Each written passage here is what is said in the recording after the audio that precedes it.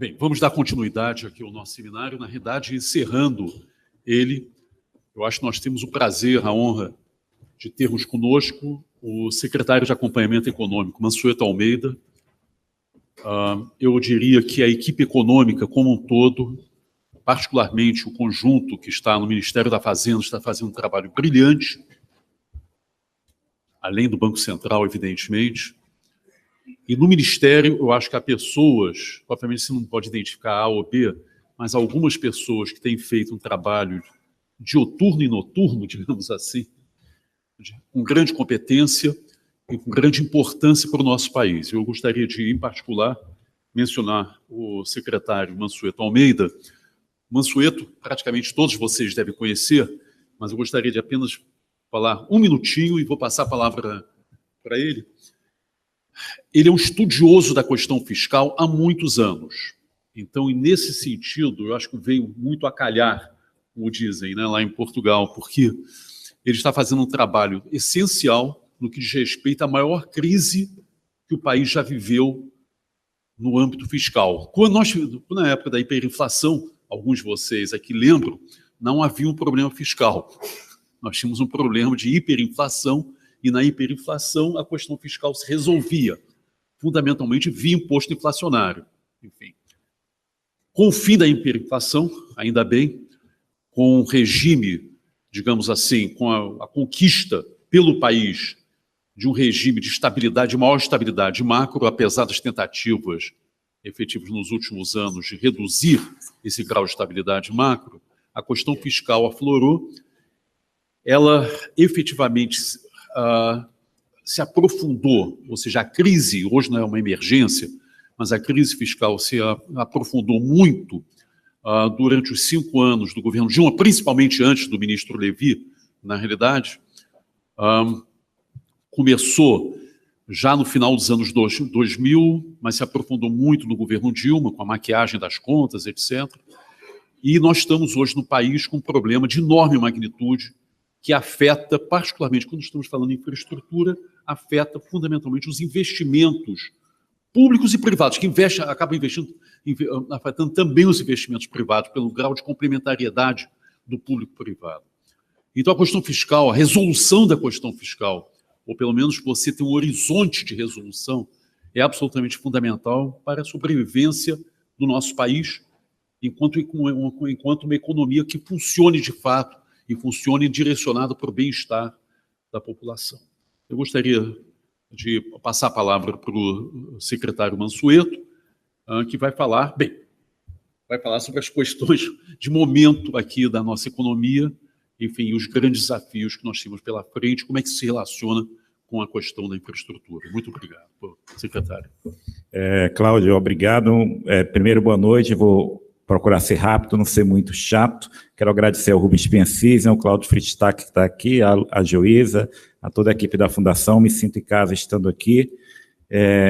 Essa é uma escola que tem contribuído bastante para o debate do Brasil há anos, em especial nesse momento tão difícil de saída de uma recessão. A gente costuma olhar com muita atenção os índices de confiança da Fundação Getúlio Vargas e tem sido, nos últimos tempos, bastante positivos, que esses índices de confiança estão reagindo de forma bastante rápida em vários indicadores de confiança da Fundação, comércio, indústria, serviço, estão no maior patamar desde 2014, o que mostra que está claramente ocorrendo uma recuperação da economia. Enfim, é um prazer estar aqui e vou falar rapidamente um pouco do desafio fiscal, ligando com o tema de investimento e infraestrutura. Primeiro ponto, quer dizer, o Brasil, desde a Constituição, pós-Constituição, é um país que quase que continuamente o gasto público aumentou. Eu costumo enfatizar isso diversas vezes, que nenhum presidente do Brasil, desde o início dos anos 90, quando ele deixou o Palácio do Planalto, ele deixou para trás um gasto maior do que no início do seu governo, ou seja, todos os presidentes da República, desde 1990, quando eles saíram do Palácio do Planalto, no final do seu mandato, o gasto público, a despesa primária do governo central, era maior do que no início do seu mandato, o que mostra que o crescimento do gasto público do Brasil teve um componente estrutural. Isso é muito claro, quer dizer, mais ou menos no início dos anos 90, a despesa primária do governo central, é todo o gasto do governo central, excluído o pagamento de juros, excluído o serviço da dívida. Por isso que a gente chama de despesa primária. Despesa primária do governo central, mais ou menos, ali no início dos anos 90, era algo em torno de 10,5%, 10,8% do PIB, no ano passado foi 19,8% do PIB. Ou seja, a gente tem um crescimento aí muito próximo de 9 pontos do PIB, de 1991 até 2016, sendo que grande parte desse crescimento foi no período mais recente, depois de 99. E aí tem, qual é a razão por trás disso? São várias razões, mas todas as razões que foram decididas de forma consciente ou não pela sociedade. Vamos lembrar que a Constituição foi um grande avanço no nosso país, enfim, na volta da nossa democracia, depois de 85, quando você teve a Constituição de 88, a gente colocou ali uma série de demandas em cima do Estado, demandas legítimas de um país muito desigual. Quais eram essas demandas? Que nós gostaríamos que a saúde no Brasil fosse universal, ou seja, todo mundo está coberto pela saúde pública, integral, cobre qualquer procedimento e gratuita. Uma saúde pública universal, integral e gratuita não tem nem no modelo que for em um país que foi modelo para vários sistemas públicos de saúde do mundo, que é a Inglaterra. O sistema de saúde da Inglaterra ele não é integral, ele não cobre todos os procedimentos. Nós colocamos ali também que todos tinham direito à educação, o que é algo extremamente positivo, principalmente num país que, antes de universalizar o acesso à educação básica, tentou subsidiar o ensino superior. Em geral, os países fazem o contrário, começam subsidiando, dando educação pública de graça, de qualidade, educação básica para todo mundo, antes de chegar ao ensino superior. Alguns países, como Brasil e Índia, fizeram esse caminho ao contrário. Começaram incentivando fortemente o ensino superior, ao invés de investir em educação básica. E colocamos também na Constituição que todos têm direito à aposentadoria, quer dizer, quem não tem direito à aposentadoria tem direito a um benefício de assistência social. Tudo isso que está na Constituição, que foi uma demanda da sociedade e que apareceu ali na Carta, isso foi se transformando em políticas públicas ao longo de anos.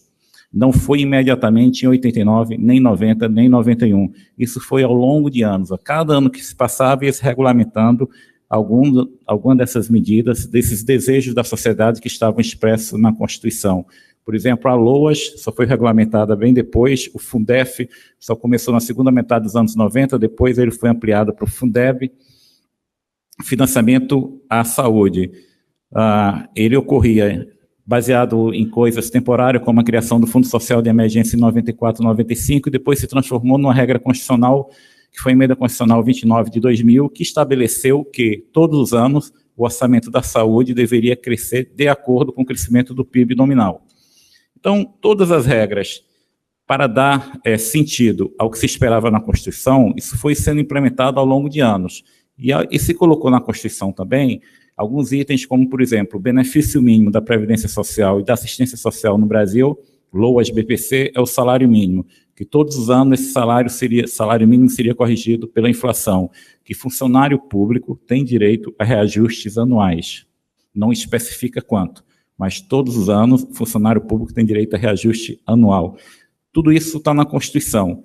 E, claramente, como era o desejo da Constituição e estava na Constituição, ao longo de ano, vários governos foram implementando essas políticas, o que é algo extremamente positivo. Acontece que, no meio disso tudo, a implementação dessas políticas levou a um forte crescimento do gasto. Por exemplo, para ter uma ideia, o gasto com funcionário público pelo governo federal, isso era mais ou menos em torno de 3,5% do PIB no início dos anos 90. Isso foi rapidamente para 5% do PIB, porque a Constituição estabeleceu que todos os funcionários públicos que tinham carteira de trabalho assinada, o que a gente chama de seletista, teriam que ser transformado em um novo regime que se chama regime jurídico único. Quando se fez isso, rapidamente, você tinha vários funcionários que tinham carteira de trabalho assinado, passaram a ser funcionários públicos estatutários e teve um aumento muito forte no crescimento do gasto com inativos da União. O governo federal gastava com aposentados e pensionistas mais ou menos 1% do PIB em 1991. Em 94, isso havia pulado para 2% do PIB. E continua isso até hoje. Algumas pessoas acham que o gasto com A aposentadoria e pensão dos funcionários públicos cresceu muito. Na verdade, ele cresceu muito na primeira metade dos anos 90. De 95 até hoje, o gasto público do governo federal com inativos é basicamente o mesmo percentual do PIB. Lá era 2,1, hoje é 1,9 do PIB. É claro que isso não significa que não tenha que fazer nada. Tem que sim, porque em alguns casos você tem discrepâncias muito grandes entre a aposentadoria do servidor público e privado. O que mais? Gasto com educação e saúde também cresceu. Novamente, desejo da sociedade. Gasto com abono salarial, com seguro-desemprego, gasto com LOAS, que é um benefício que é um salário mínimo para quem não consegue contribuir para a Previdência. Se você não consegue contribuir com a Previdência, quando você, homem, tem 65 anos de idade, você tem direito a um benefício. Se sua renda per capita familiar for abaixo de metade do salário mínimo, você tem direito a um benefício que é a LOAS, e que é um salário mínimo, que é exatamente o piso previdenciário. Tudo isso se transformou no aumento de gasto. Normalmente a gente tem a imagem no Brasil que o setor público é inchado, que existe muitos ministérios, que existe muita gente, que existe muitos carros, que se gasta muito com energia, com gasolina, com passagem de avião. Embora essa ideia de setor público inchado não seja totalmente equivocada, quando a gente abre o gasto de 99 até 2016, você consegue explicar 82% do crescimento do gasto público do governo central com programas de transferência de renda. Programa de transferência de renda incluindo Previdência.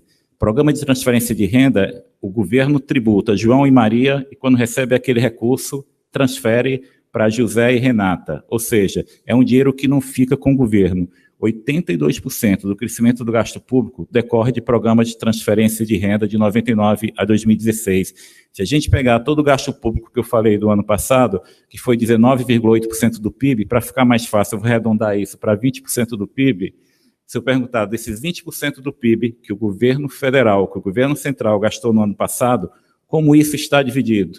Esses 20% do PIB, 10 pontos do PIB foi Previdência, 8,1% do PIB foi INSS, Regime Geral de Previdência Social, 1,9% do PIB foi o gasto com inativos, 1,9% com 8,1% dá 10 pontos do PIB, e tem mais 4,7% do PIB dividido em 3 funções, saúde, educação e assistência social.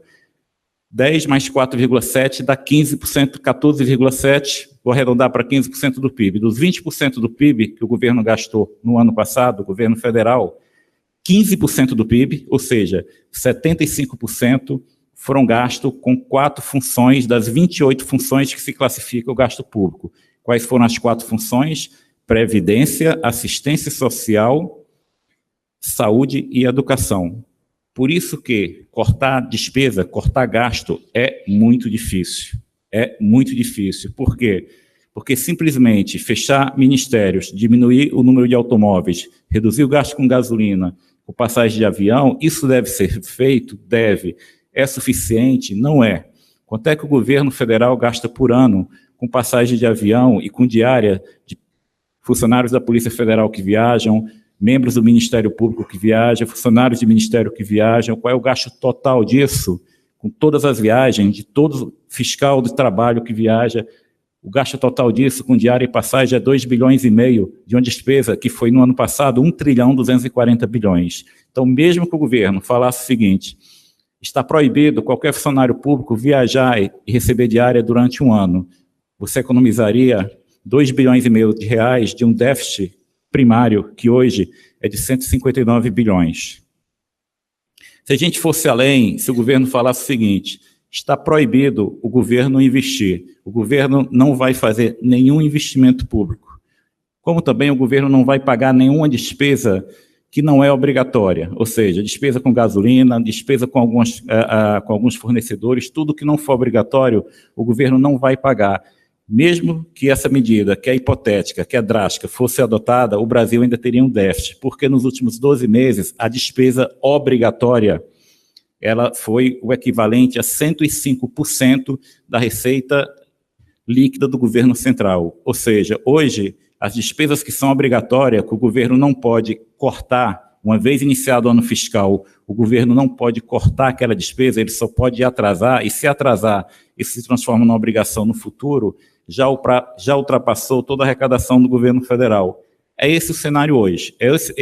Esse cenário, basicamente, nos mostra que um ajuste voluntário, um ajuste com corte de despesas que o governo tem controle, está se tornando quase que impossível. Por quê? Olha o caso do investimento público. O investimento público da União, ele nunca foi muito grande. Quer dizer, todo esse período que eu mostrei, que a nossa despesa primária do governo central, que era 10,8% do PIB em 91 e foi para 20% do PIB no ano passado, em todo esse período, início dos anos 90 até agora, o investimento público da União, com recursos orçamentários, ele caiu drasticamente.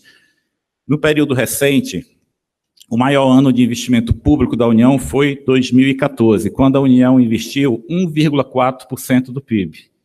Qual foi esse investimento no ano passado? Foi mais ou menos 1% do PIB. Qual será esse investimento este ano? Se a gente for muito otimista, talvez fique em 0,6% do PIB, mas pode ficar em 0,5 ponto do PIB. Dá para cortar alguma coisa a mais? Dá, mas não é aconselhável. O investimento público, novamente, esse ano vai ser algo em torno de 0,6% do PIB. Já foi um corte muito grande. E por que a gente está numa situação de um déficit tão grande? Basicamente, do ponto de vista de governo central, o governo perdeu arrecadação. Em relação a 2011, por exemplo, o governo central perdeu cerca de 2 pontos do PIB de arrecadação, em decorrência de uma série de coisas, de regimes especiais, de incentivos que o governo está tentando rever e da própria recessão, que diminuiu bastante a arrecadação.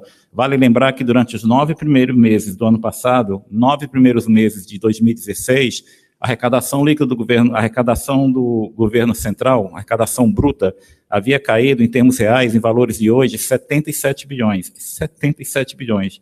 9 meses. Nos primeiros 9 meses desse ano, de 2017, a arrecadação teve um aumento de 20 bilhões de reais, já refletindo um pouco a retomada da economia. Então, os 2 últimos anos, 2015 e 2016, foram anos muito difíceis, que o governo teve uma perda de arrecadação muito grande e a despesa continuou crescendo, que a despesa é toda indexada, 60% do gasto público da União é indexado à inflação. 2015, a inflação foi bastante elevada, o IPCA foi 10,7%, e, na verdade, o INPC foi um pouco maior, foi maior do que 11%, isso indexa praticamente seguro-desemprego, abono salarial, benefício social da LOAS e Previdência. Então, mesmo com a brutal recessão em 2016, você teve um ano que começou, que tinha 60% do seu gasto indexado, que tinha que crescer pela inflação do ano anterior, que era 11%. Isso é a figura do gasto público do Brasil. E aí vocês vão me perguntar o seguinte, dado isso, como é que a gente faz um ajuste fiscal duradouro? Ajuste fiscal, infelizmente, só acontece de 2 formas. Ou você aumenta a arrecadação, ou você corta a despesa. E as pessoas não querem nem uma coisa nem outra. Por isso que é tão difícil, tem que ser feito de forma muito gradual. Do ponto de vista de arrecadação, mesmo que o governo conseguisse aumentar bastante a sua receita, se a gente não modificar a dinâmica da despesa, esse aumento de receita teria que ser quase que contínuo. A gente está hoje num déficit primário de 2,5% do PIB. A estimativa que alguns economistas fazem para estabilizar a dívida pública como proporção do PIB, dependendo da sua hipótese de juros, da sua hipótese de crescimento da economia, mas é em torno de, por exemplo, 2% do PIB. Então, a gente tem que transformar um déficit de 2,5% do PIB em um superávit de 2 pontos do PIB, é um ajuste fiscal de 4,5 pontos do PIB. Se a gente não modificar a despesa, isso tem que vir de carga tributária. Você recolha isso de carga tributária, é possível, mas não é desejável ter um aumento de carga tributária tão grande. Por quê? Porque o Brasil, quando nós nos comparamos com outros países, no nosso mesmo nível de desenvolvimento, com a média da América Latina, a nossa carga tributária é alta. Países ricos, muitos países ricos, têm carga tributária muito maior do que a do Brasil. A carga tributária do Brasil é 32,5% do PIB. A média da América Latina é 23% do PIB. Nossa carga tributária é quase 10 pontos acima da média da América Latina. Então, ela não é baixa para o nosso padrão de desenvolvimento.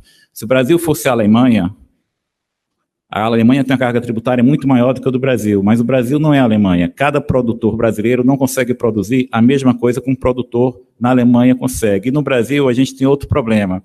Embora exista espaço para a gente melhorar a progressividade do nosso sistema tributário, a gente tem um problema muito grande, porque um país como o Brasil, de renda média, para ele arrecadar tanto, ele não consegue fugir de impostos indiretos. E o percentual que a gente arrecada via impostos indiretos, que são considerados regressivos, é muito grande. É muito maior do que a média da OCDE. Aí vocês vão me perguntar, por que é que não se cobra mais imposto de renda?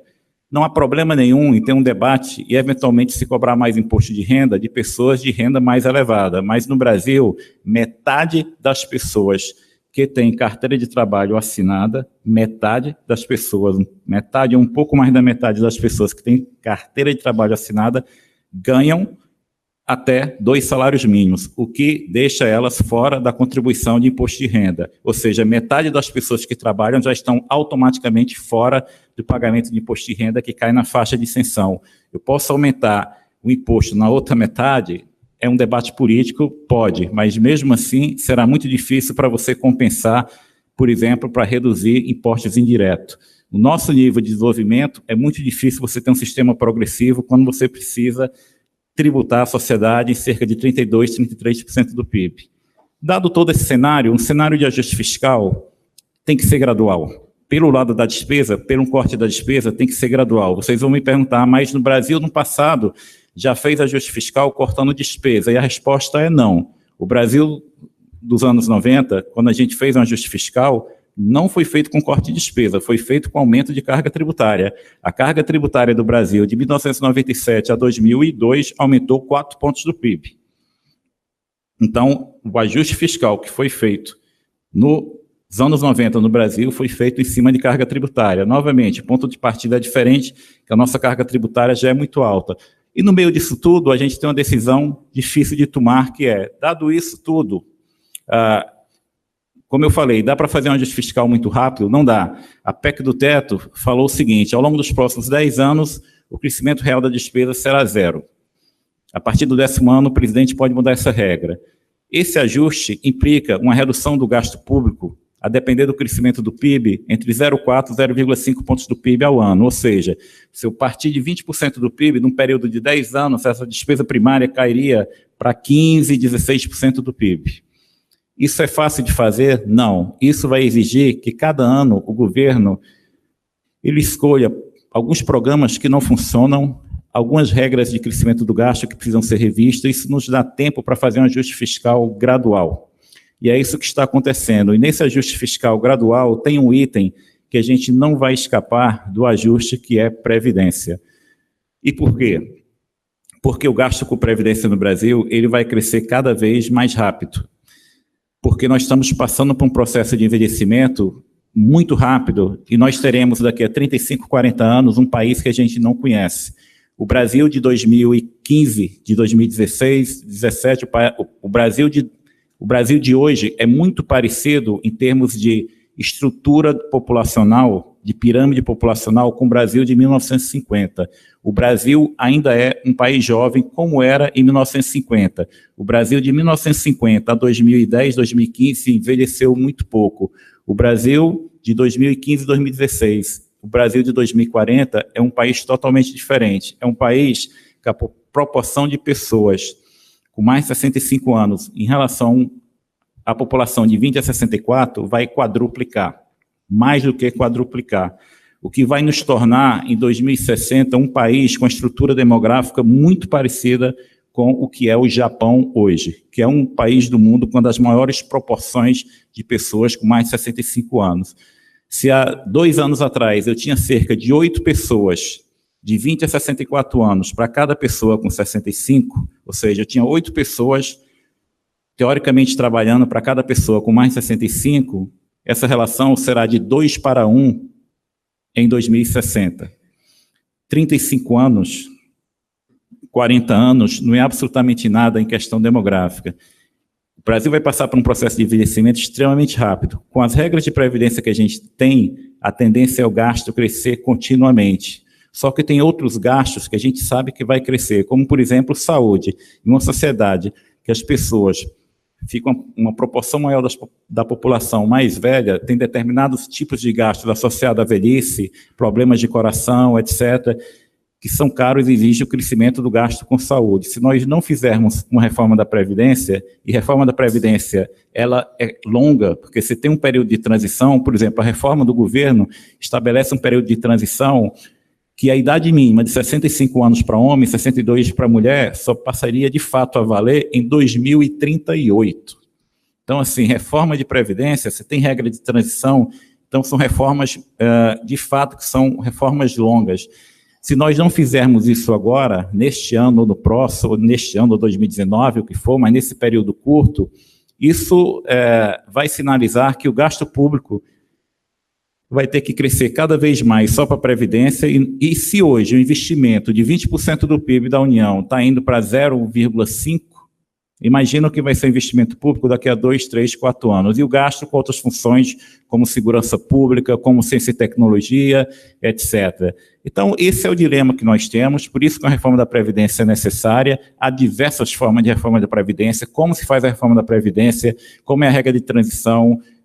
Isso tudo está sujeito a um debate político. Não existe uma reforma de Previdência, existem várias. Isso é importante discutir no Congresso, mas que nós teremos que fazer a reforma da Previdência, teremos. Porque quando a gente olha o setor público do Brasil, saindo do governo central e olhando para o setor público, para estados, municípios e governo federal, o gasto social do Brasil é mais ou menos 25%, 26% do PIB. Isso é um welfare state muito semelhante a um país como o Canadá e como Inglaterra. Ou seja, o Brasil tem um welfare state muito próximo de um país rico. Tanto é que nós passamos agora por uma recessão muito forte, que foi 2015 e 2016, que nós tivemos 2 anos seguidos de queda de PIB. A última vez que o Brasil teve 2 anos seguidos de queda de PIB foi em 1930, 1931, quando o Brasil era um grande produtor e exportador de café. Nem na chamada década perdida, que foi a década de 80, para o Brasil e a América Latina, nós tivemos 2 anos seguidos de queda de PIB. E agora nós tivemos, apesar de uma recessão tão grave, apesar de uma seca do Nordeste, que dura mais de 5 anos, não se vê nenhum assalto em supermercado, não se vê nenhuma convulsão social, pessoas morrendo de fome, como era comum em secas no Nordeste na década de 80, que o governo tinha que abrir frente de trabalhos. Como é que hoje um país desse consegue ter uma recessão tão profunda e as coisas continuam, eu não vou dizer normal porque o desemprego aumentou, mas as coisas continuam, as pessoas continuam se alimentando e você não vê nenhum grande problema social, porque nós temos hoje no Brasil uma rede de assistência social, de welfare state, semelhante ao de um país desenvolvido, mas tem uma diferença muito grande. Vamos comparar Brasil com o Reino Unido, com a Inglaterra. Como eu falei, são 2 países que todos os programas de benefício de política social são semelhantes, mas há uma diferença. Qual é? A Inglaterra tem uma proporção de pessoas idosas muito maior que o Brasil, mas a Inglaterra gasta com previdência 6% do PIB. O Brasil gasta com previdência, quando além do governo federal, eu olho para estado e município, 13% do PIB, que foi o ano passado. Se eu incluir nessa conta a assistência social, ou LOAS, aquele benefício de um salário mínimo, que é equivalente à aposentadoria para quem não conseguiu contribuir para o sistema e é pobre, o gasto vai para 13,8% do PIB. Ou seja, apesar do welfare state brasileiro ser semelhante da Inglaterra, há uma diferença de composição. Nós gastamos com aposentadorias e pensões mais do que o dobro da Inglaterra. É por isso que isso prejudica outras políticas sociais que nós desejamos do Estado e o Estado não consegue entregar. O gasto público de saúde com a Inglaterra chega a ser 9% do PIB público. O Brasil talvez seja o único sistema de saúde do mundo que é integral, universal e gratuito e que mais da metade do gasto com saúde no Brasil é privado. Por quê? Porque o governo não consegue entregar, não tem espaço orçamentário. Todos esses problemas nós vamos ter que, como sociedade, ter um debate sério e decidir o que nós queremos fazer. Novamente, ajuste fiscal não tem mágica, ou vem do lado da receita ou vem do lado da despesa. Mesmo que a gente queira fazer esse ajuste pelo lado da receita, como eu falei, nossa arrecadação já é muito alta. E pelo lado da despesa, esse ajuste tem que ser gradual. E esse ajuste gradual vai exigir que ao longo de cada ano, dos próximos anos, cada governo faça um pouco do dever de casa.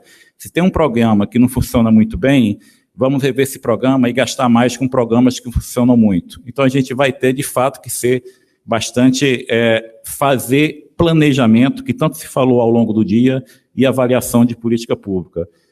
Eu vou terminar falando alguns desafios, quer dizer, todo esse cenário que eu coloquei assusta um pouco, mas, novamente, as coisas estão andando, as coisas estão melhorando. Se eu comparo o Brasil com outros países do mundo, países emergentes grandes, eu só vejo motivo para ficar otimista. Se eu comparo o Brasil com a África do Sul é um país que a taxa de desemprego, mesmo durante o boom de commodities, era de 25%. A taxa de desemprego na África do Sul é mais do que o dobro da brasileira e eles têm um problema seríssimo de imigração. Isso não tem no Brasil. Se eu comparo o Brasil com China, a China é um país que, se não crescer 6, 7% ao ano, ninguém sabe exatamente o que pode acontecer com aquele país. Por quê? Porque a rede de assistência social da China é muito pequena. A China tem uma estrutura demográfica semelhante ao Brasil e gasta com previdência 3,5% do PIB. Então, o que é a China sem crescer 7% ao ano, ninguém sabe. Sendo também que é um país que as instituições ainda dependem muito da vontade do governo central, do governo executivo. Do ponto de vista de segurança jurídica, apesar de todas as críticas que às vezes se faz ao Brasil, o Brasil é bastante diferente da China. O Brasil está num patamar, num desafio bem diferente da China. Se eu comparo o Brasil com a Índia, também é uma comparação, eu diria que injusta. A Índia tem problemas de eficiência do setor público, de eficiência do gasto, eu acho que muito mais sérios do que o do Brasil. Na Índia, eu nunca me esqueço, uma vez que eu fui no seminário na Índia, e eu passei 30 minutos numa fila, porque eu tinha que pegar a inscrição e uma pasta. E depois que eu fiz isso, eu passei mais 30 minutos em outra fila, porque eu não podia entrar no seminário com a pasta. Então, esse tipo de ineficiência que se coloca em países em desenvolvimento, no caso da Índia é muito pior. A Índia não tem um programa tão bom como o Brasil tem de Bolsa Família, um programa que o vazamento é muito pequeno, um programa muito focalizado. A Índia tem seríssimos problemas, do ponto de vista federativo, de implementar um programa nacional como Bolsa Família. Se eu comparo o Brasil com a Rússia, também eu tenho mais uma comparação para nos deixar otimista. A Rússia depende de um setor, petróleo e gás. O Brasil tem uma economia extremamente diversificada, de tal forma que, às vezes, nós fazemos tolices com um setor e a economia continua crescendo. Diante disso tudo, vocês vão me perguntar o seguinte, mas a gente teve uma recessão brutal, nós tivemos uma recessão brutal e por culpa nossa.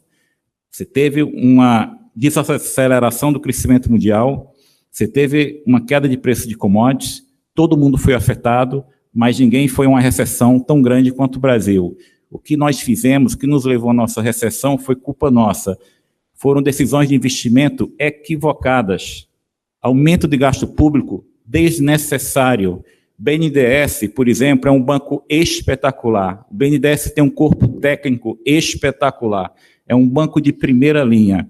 É um banco muito bom, com funcionários muito competentes. Mas esse banco, que sempre emprestou entre 1,5 e 2 pontos do PIB por ano, em torno de 1,5 do PIB, ou seja, você olha o histórico do BNDES, até 2007, era um banco que emprestava, a valores de hoje, cerca de 90, 100 bilhões por ano. Alguém olhou para o BNDES e falou o seguinte, eu quero que esse banco, que hoje empresta 90, 100 bilhões, eu quero que ele empreste 200 bilhões por ano. Só que o banco não tinha capacidade de emprestar isso.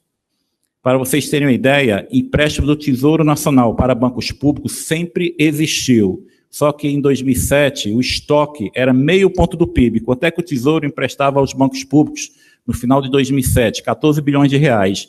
0,5 ponto do PIB. Quanto é que o Tesouro emprestava para bancos públicos no final de 2015? Um pouquinho a mais. Se era em 2007 era 14 bilhões, final de 2015 era 595 bilhões de reais. 9,5% do PIB. Quem foi que fez isso? Algum extraterrestre chegou no Brasil e obrigou alguém a fazer isso? Não. Isso foi decisão de política econômica.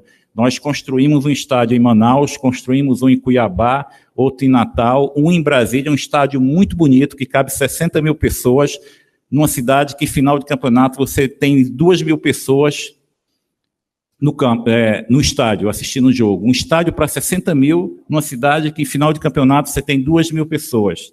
Você gastou mais de 1,5 bilhão no estádio. Alguém me perguntou assim, mas não é muito. O ITA, Uma vez eu conversando com o reitor do ITA, ele me falou o seguinte, que a verba de pesquisa do ITA, no ano, todo tipo de pesquisa, muitos em convênio com o CTA, é mais ou menos 40 milhões por ano, num ano bom. Se o governo tivesse pego 1,5 bilhão, que foi gasto com o Estado de Brasília, aplicasse no fundo, daria para mais do que duplicar a verba de pesquisa do ITA ad infinito. Então, nós tomamos decisões erradas, fizemos projetos, não planejamos bem e hoje nós estamos pagando a conta. A boa notícia é, novamente, o Brasil é uma economia diversificada, o mercado nos deu o luxo de fazer um ajuste fiscal gradual. O cenário de mercado hoje, para um país que ainda está em curso o ajuste fiscal, é um cenário extremamente positivo. O mercado está sinalizando que de 2017 a 2020, a inflação média do Brasil será 3,85%. Nós nunca tivemos 4 anos de inflação tão baixa desde o Plano Real. Ou seja, o mercado está precificando que de 2017 a 2020 a inflação média vai ser baixa, nós teremos uma economia com juros de 1 dígito e a economia vai voltar a crescer. Uma economia com juros de 1 dígito sustentável é algo também que não se conhece nesse país há mais de meio século. Uma economia com juros de 1 dígito vai forçar com que os fundos de pensão do Brasil, que as seguradoras, que as empresas de capitalização busquem oportunidades de investimento de longo prazo. Nossos fundos de pensão apostaram em coisas erradas, apostaram muitas vezes em projetos duvidosos, que não tinham viabilidade econômica. Enquanto o fundo de pensão dos professores do Canadá, dos professores da Califórnia, vinham investir aqui no Brasil em projetos rentáveis. Com taxa de juros baixa, fundo de pensão, seguradoras, empresas de capitalização e até bancos terão que investir em projetos de longo prazo. Os leilões que estão saindo, hoje teve um leilão da área do pré-sal, um regime de partilha. Em regime de partilha, a outorga é fixa, ou seja, não tem ágio em cima da outorga, como foi o leilão de setembro. Mas se vocês olharem o ágio, quando a empresa vai participar do leilão, o que ela oferta é um excedente de petróleo.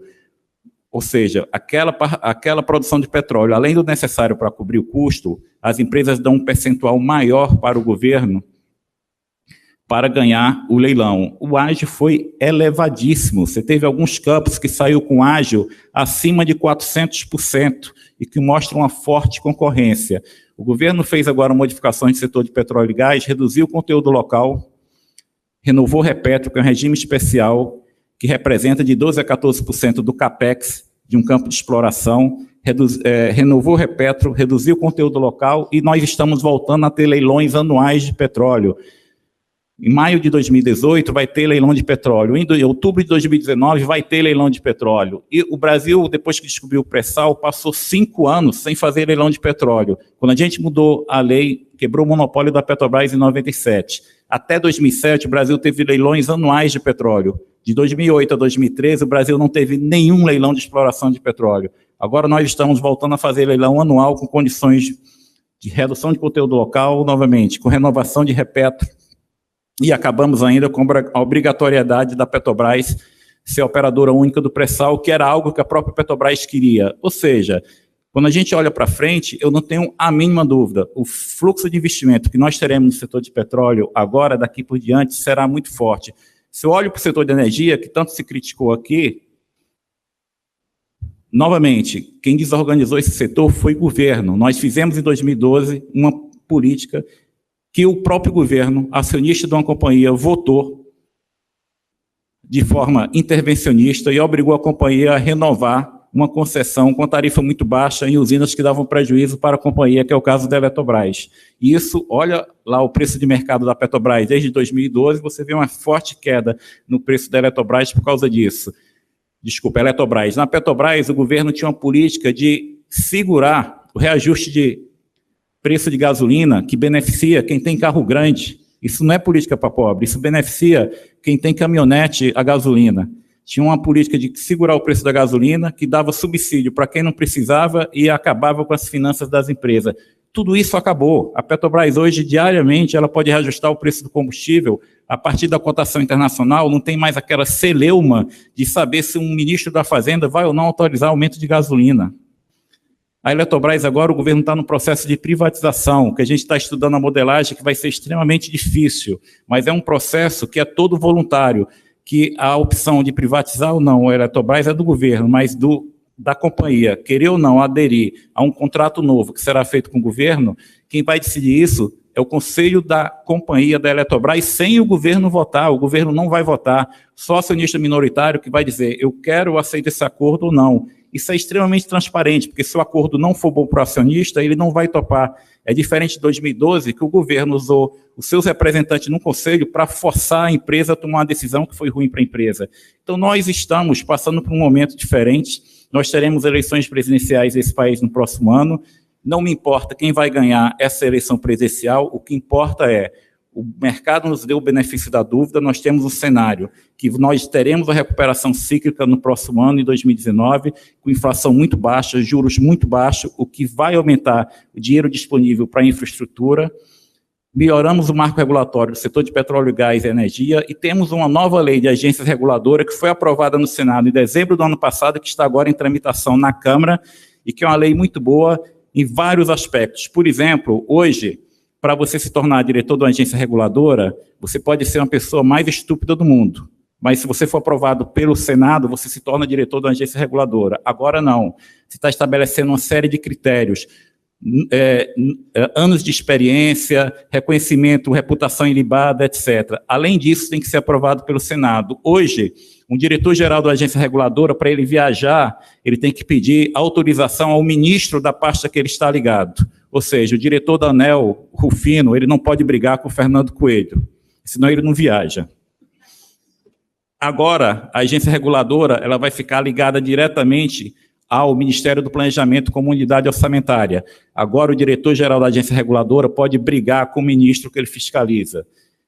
A agência reguladora hoje ela é ligada, em termos orçamentários, ao ministério que ela fiscaliza. Muitas vezes, no contingenciamento, o ministério joga aquilo para a agência reguladora. Agora, a agência reguladora passa a ser uma unidade autônoma orçamentária. Ela fica como os demais ministérios ligados diretamente ao Ministério do Planejamento. E, além disso tudo, também se passa a exigir estudos de impacto regulatório da agência reguladora. A gente, finalmente, se isso já estivesse em vigor, a gente descobriria, finalmente, porque é que o plug do Brasil tem aqueles 3 pinos.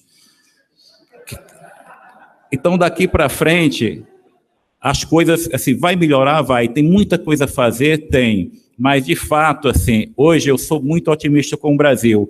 O debate hoje está muito mais rico. A gente pode ou não conseguir fazer uma reforma da Previdência. Agora, a reforma da Previdência não vai mais sair do debate. Há 3 anos atrás, quase ninguém falava em reforma de Previdência. Nós estamos encarando os nossos problemas. E como uma democracia, e que é difícil, formação de consenso, tomada de opinião e decisão, mas nós vamos conseguir fazer isso. Então, assim, eu quero deixar aqui uma mensagem de otimismo cauteloso. O Brasil está saindo da recessão, está. Inflação baixa, juros baixos, uma economia que vai se recuperar, pode crescer 2,5%, 3% no próximo ano ou até mais, mas nós precisamos continuar com a agenda de reformas.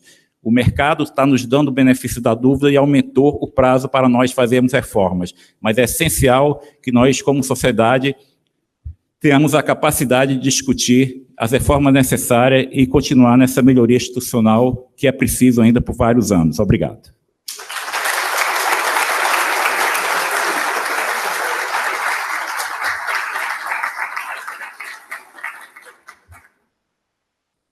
Bem, o que dizer depois de uma exposição brilhante dessa, que consegue em meia hora, 40 minutos, nos trazer aqui um panorama do nosso país, que eu resumiria em uma pequena frase. Tudo que o Mansueto disse, a mensagem subliminar, a meu ver, é a seguinte: meus caros, minhas caras, se nós conseguirmos resolver alguns pequenos entraves, volto a dizer, tecnicamente de fácil identificação, politicamente, que vão exigir muito mais de nós mesmos, mas se nós conseguirmos resolver isso, foi a primeira parte da apresentação do Mansueto, nós temos pela frente um horizonte sensacional em que os estoques estão depreciados, a gente tem que... Naturalmente o crescimento volta, naturalmente o crescimento se impõe, naturalmente aquelas pessoas que estavam considerando se ficavam no país A ou no país B têm a certeza de estar aqui. de contribuir para o país. Então, é realmente sensacional, Mansueto, eu agradeço muito a você, eu sei quão ocupado você é na sua agenda, responsável por todo esse programa fiscal, responsável por uma das secretarias mais importantes do Ministério da Fazenda, você veio de Brasília para nos brindar aqui com o seu tempo, com a sua dedicação, com a sua clara mostra do que é ter amor a um país, que é ter amor a uma causa. Então, eu lhe agradeço muito. Nós já chegamos ao final do seminário. Eu gostaria de agradecer àqueles que ficaram até agora. A presença aqui do professor Afonso Arinos, nosso ex-secretário de Política Econômica, do grande amigo René Garcia, do Fernando Dantas, de todos aqueles que estão conosco, dos nossos palestrantes, boa parte dos quais ainda está aqui, e ao meu caro amigo Cláudio Fristac, que ajudou na organização desse evento. Convoco a todos para estarem aqui na continuação do nosso debate no dia 6, com a discussão sobre reforma do Estado. E, mais uma vez, Mansueto, parabéns, brilhante palestra, e vamos em frente. Obrigado.